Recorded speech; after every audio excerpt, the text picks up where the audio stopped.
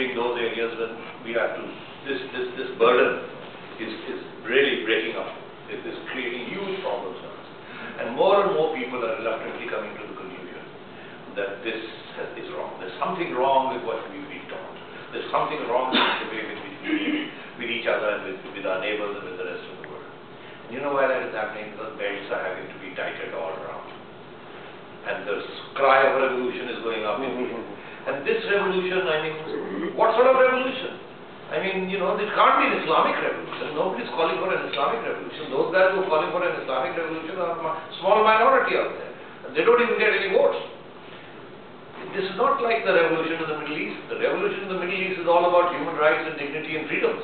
We already have the freedoms that half of the Middle East is asking for. We have elections, we have parliaments, we have a free press and so on and so forth. We don't have kleptocracies which are autocratic as well. We have democratic kleptocracies. You know, and by the way, you know, suddenly if you notice what's happening in India, suddenly corruption is becoming a major issue in India. All the glamour and glitz of India, suddenly India is waking up to the fact that corruption is a major issue. And it may eat into your entrails. It may create problems for foreign investment. And this is the new issue that is now coming up. That perhaps the media has been so focused on other things that it has, you know, lost sight of the fact that, I mean, India is a hugely corrupt country. There's no two ways about it. And certainly because the wealth is so much, that's why the scope for corruption is so huge. And suddenly you're beginning to realize that. And I think that's a great thing. And this is what, 6 months ago, nobody was talking about corruption at that level. Corruption was a local issue in India. Now it's become a federal issue and it's become a central issue. So I think it's good. And I think in the same way, Pakistan will come to terms with building peace inside and with its neighbors. But things like this, conversions have to take place. And I think we are in the throes of that conversion.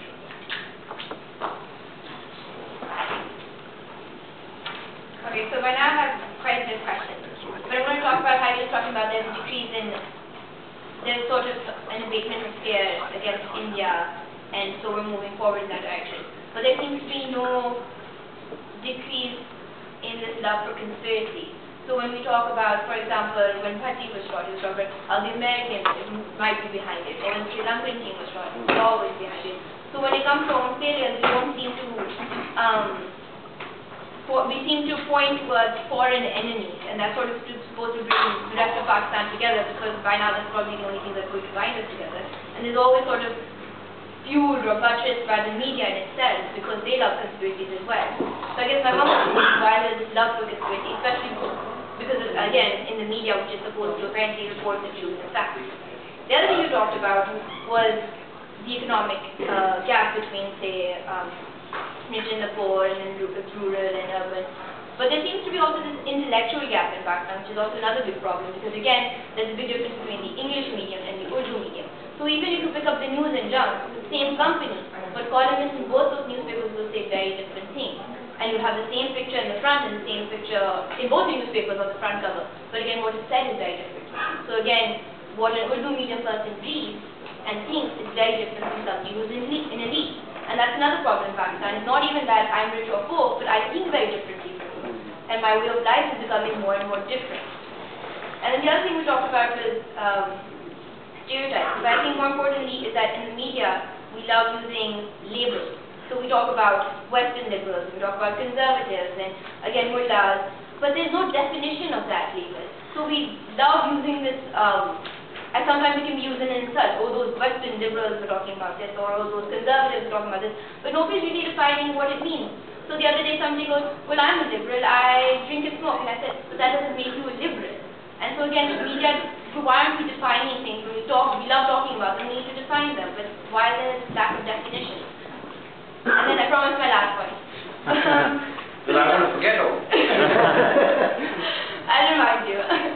So again, you talked about identity, and you said how your identity is very different from, say, a younger generation's identity. Problem is in Pakistan is the whole concept of identity. Growing up, I'm taught to maybe identify as Pakistani, but nobody tells me what that means.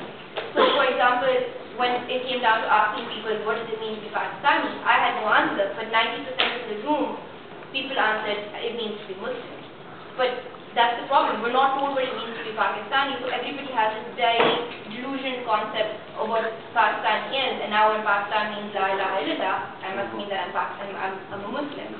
So how do we, and without an identity, we don't have a vision. When we look to the future, we don't know what that future is going to be. So how do we create this identity in Pakistan that's sort of missing? And how can the media, I suppose, sort of, again, frame that identity? I think this is the core issue, the question of identity.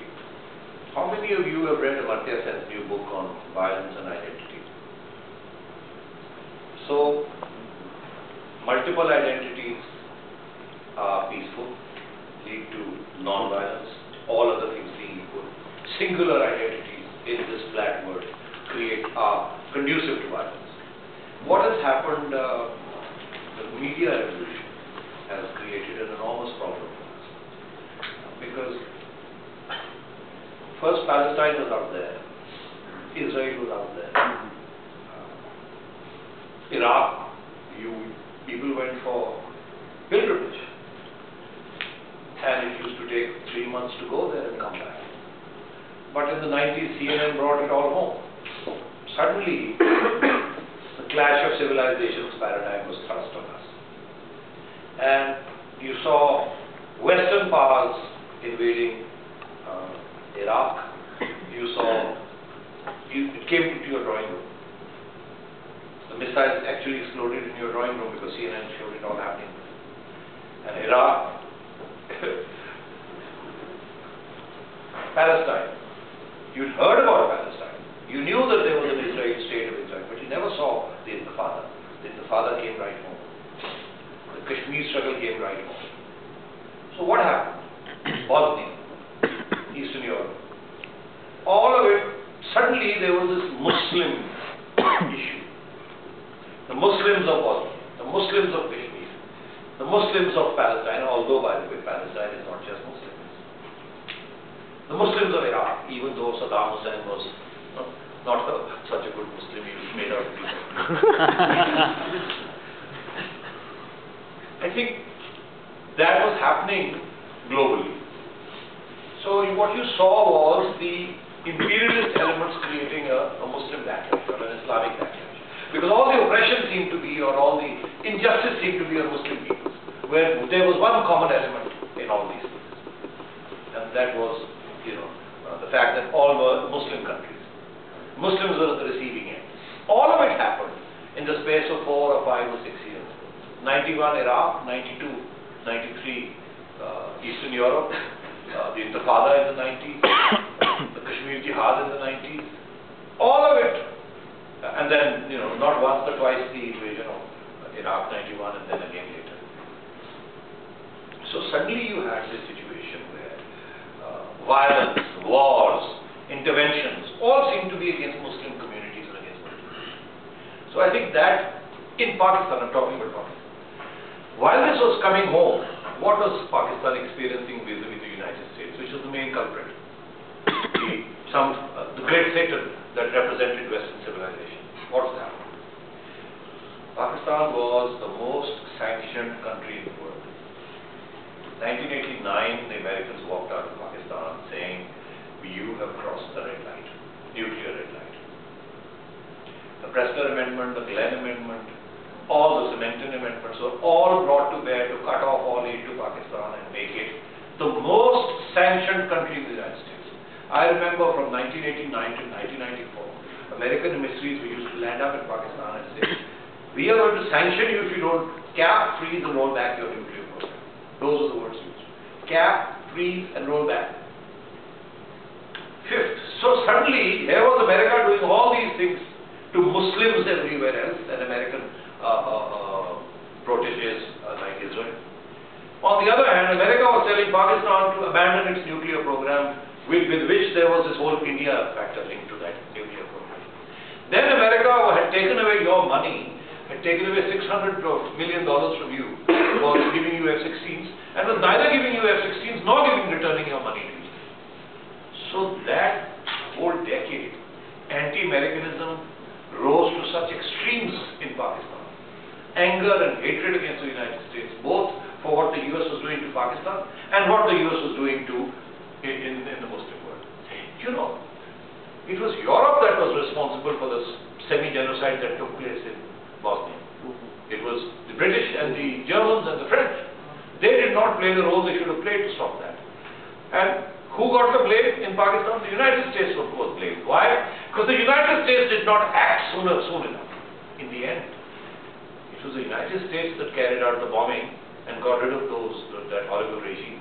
It was the United States that stopped the genocide. It was the Europeans who screwed up. But Muslims in Pakistan held the United States responsible because of this whole thing. To answer your question, the identity issue was always a problem from day one. Are we going to be an ideological state or not? To be an ideological state, you literally had to put your Pakistaniyat and your nation state behind your Islamian, because it was Islam that was supposed to unite you. Okay? And it was the Muslim versus the Hindu factor that was supposed to create the whole paradigm of fear and the national security state. So we've always had an identity problem from day one. But this got exacerbated from the 1980s onwards, when Islamization was imposed on Pakistan by a military dictator. And I think that is when this whole question of, when I was growing up, we used to say Khuda Hafiz. All of you here probably say Allah Hafiz. Have you ever thought of this? Why do you say Allah Hafiz? I always say Khuda Hafiz when I was brought up. All of you say Allah Hafiz, even though you may be the most secular people in the world, or most people aware, I don't know, but you still say Allah Hafiz. How come? This question was asked, or an explanation was given by a very interesting person who happens to be the younger brother of the King of Jordan. What is the late King of Jordan? The late King of Jordan. He was traveling PID, and he's a frequent visitor to Pakistan. And as he was leaving, he said, Khuda Hafiz to the air hostess. He's married to a Pakistani. Yeah, Hassan bin Salam. He's married to a Pakistani. He'd always said Khuda Hafiz. As he was leaving, he said Khuda Hafiz to the air hostess. And she said Allah Hafiz. So he paused. He said, Acha, how come? I'm saying Khuda Hafiz, you're saying Allah Hafiz. So she says, yes, because Allah is Allah. What says Khuda Hafiz? He turned around to her and he said, I didn't know Allah, Khuda or Allah had a nationality. Because Allah is Arabic. Do you know what I mean? We had all grown up because Khuda was secular. Allah is not secular. Allah is Arabic. Allah is part of a nation state, is part of a paradigm. There is a lot of philosophy in under this. You don't underestimate this. This is what the 80s did. This is what happened in the 90s. The textbooks, jihad, Arabization, all this came in. We were part of South Asia. We were pushed into the Middle East. We were told our identity is not South Asian. Deny that identity of South Asia. All of us, 90% of Muslims in Pakistan are people who were Hindus 200 years ago, 300 years ago. Give me a break. We're part of South Asia. Always have been, despite the invasions and despite everything. And we were told, no, spurn that identity. You're not South Asian, because if you say South Asian, then you will be merged into India. Because India is the repository, the big guy in South Asia. And since our identity has to be in opposition to that in India, we have to put an arm and a leg out towards the Middle East. That's why under Zia, English was dispossessed. Apartheid was created, and we were told that the national news would be in Urdu and in Arabic. Nobody understands Arabic. You're told that you're going to hear the news at 9 o'clock in Arabic. No, I'm being deadly serious. So the thing is that many things have been happening. We had unbridled capitalism under Ayub Khan. We had a screwed up version of socialism under Zulfikar Ali Bhutto. And then under Ziaul Haq, we had Islamization. And then we come to democracy, and it's a lully-lungry democracy where the politicians don't have a clue about what to do, and the army is pulling the strings from behind the scenes.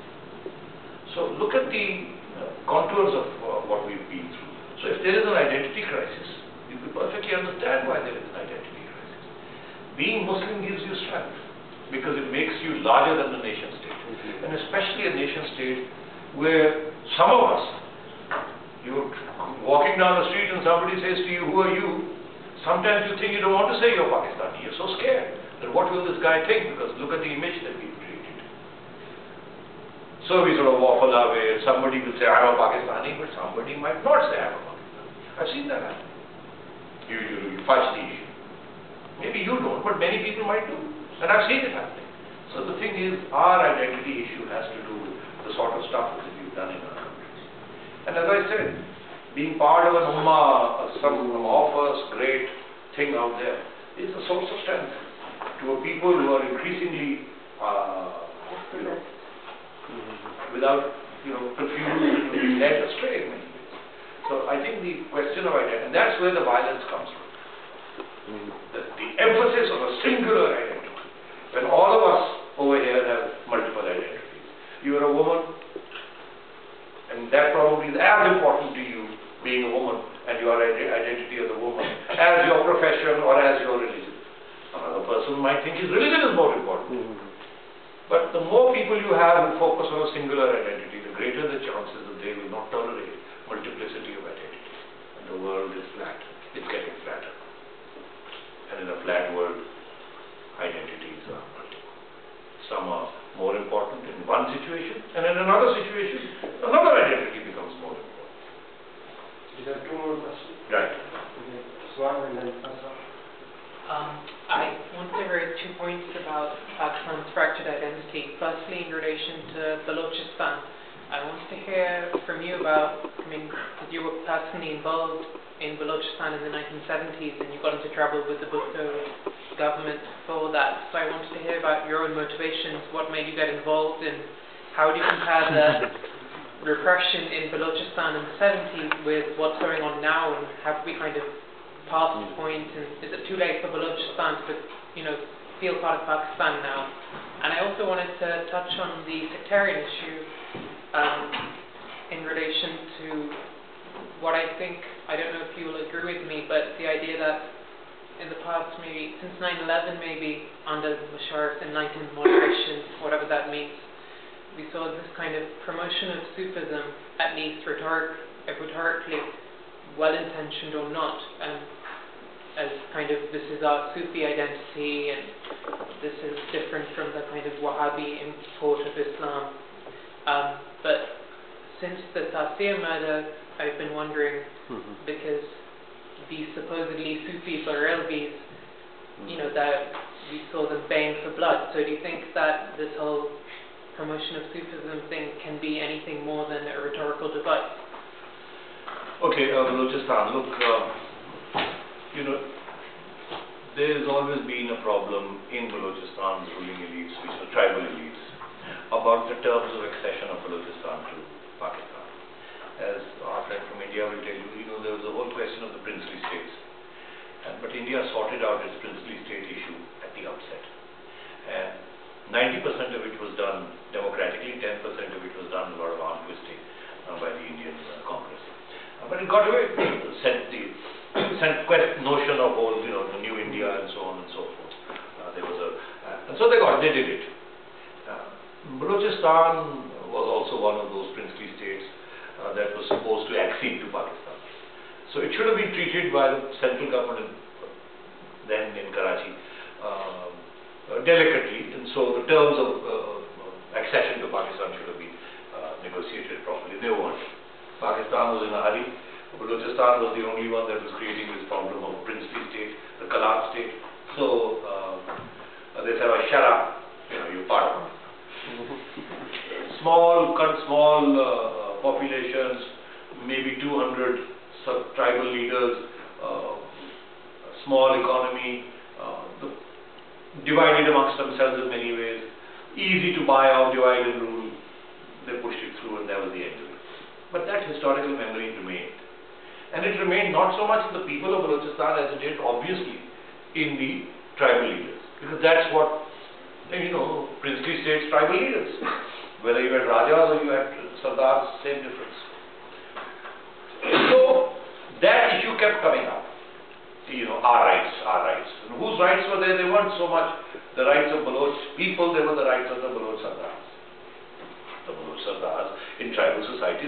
people. Like a politician from Punjab represents his constituency.